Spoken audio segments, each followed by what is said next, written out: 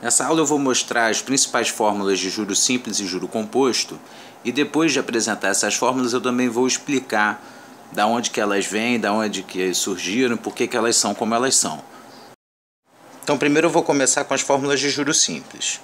Bom, a primeira fórmula mais importante de juro simples é a fórmula do próprio juro, que é o quanto eu vou cobrar a mais na hora de receber de volta o que eu emprestei. Então, o juro é o quanto eu emprestei, que é o capital inicial, que a gente vai chamar de C, vezes a taxa, vezes o tempo. Então, essa fórmula é muito importante. J igual a CIT. Algumas pessoas gostam de colocar J igual a C vezes I vezes N. N, o número de períodos que rolou a dívida. Certo? Então, vamos exemplificar o que está acontecendo aqui para quem não entende. Você pega um capital emprestado, depois de um tempo, esse capital vai ser acrescentado de uns juros. Esse juro é calculado segundo esta fórmula aqui e vai resultar, depois de um certo período, ele resulta num montante. E o montante é o capital inicial mais o juro.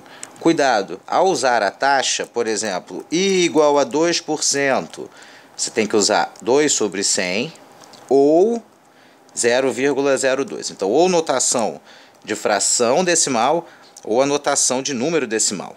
Ok?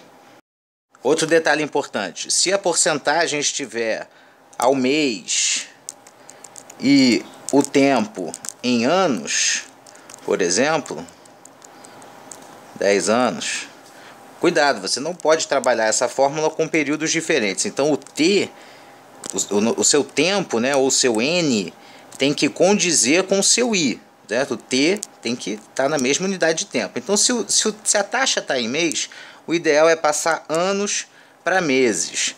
Tá? Então 10 vezes 12 seriam 120, é só multiplicar por 12. Se for o contrário, se for para passar de mês para ano, você divide por 12. Então, por exemplo, 8 meses é 8 dozeavos do ano. Então você pode escrever, no lugar de 8 meses, colocar 8 sobre 12.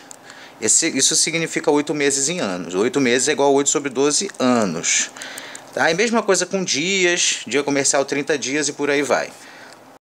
Dá para condensar a fórmula de juros simples em uma fórmula única, que quando você diz que o montante é o capital mais o juro, como a gente já sabe que o juro é o capital vezes o período, vezes a taxa vezes o período, nós podemos dizer então que o montante é o capital mais CIT, que isso aqui é o juro, e portanto, colocando aqui o capital inicial em evidência, 1 mais I vezes T, essa é uma fórmula que já te dá direto o montante, sabendo se o capital, a taxa e o período, ou qualquer uma dessas combinações dessas 4 incógnitas aqui, o montante, capital, taxa, período. Sabendo 3 delas, você vai saber a outra tendo essa fórmula.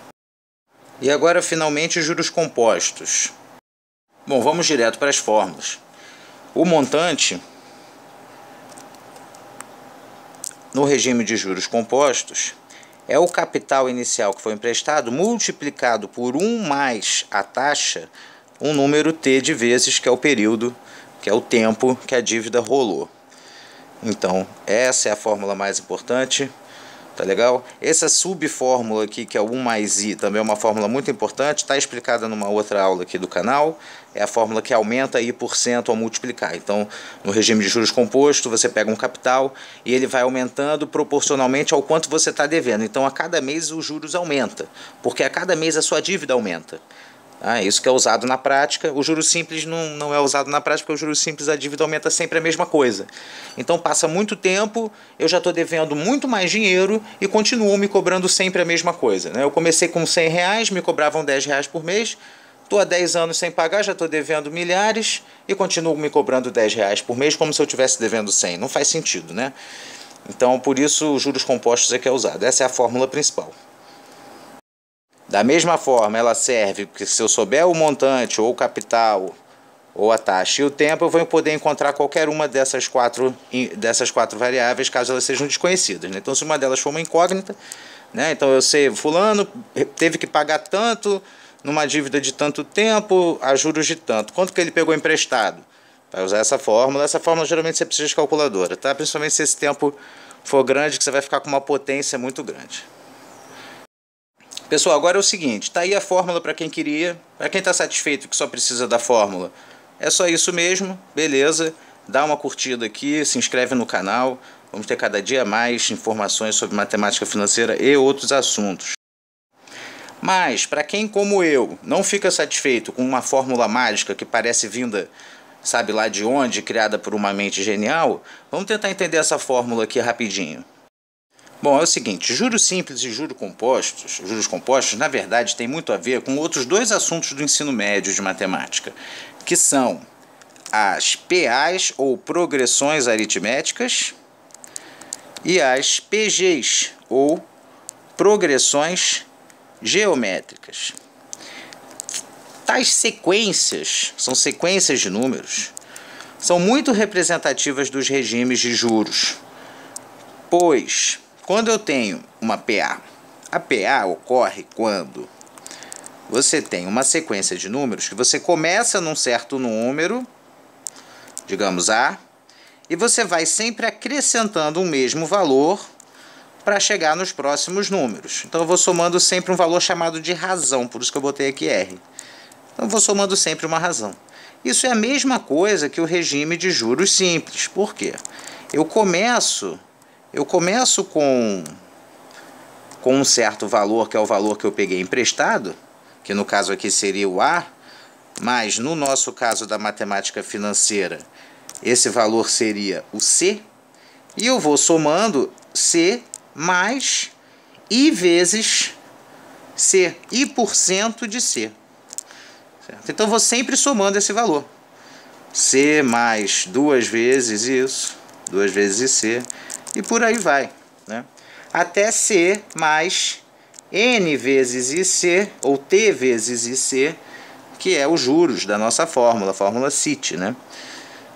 E, então, como vocês podem ver, o juros simples é um regime de uma progressão aritmética. O juros simples é uma PA, certo?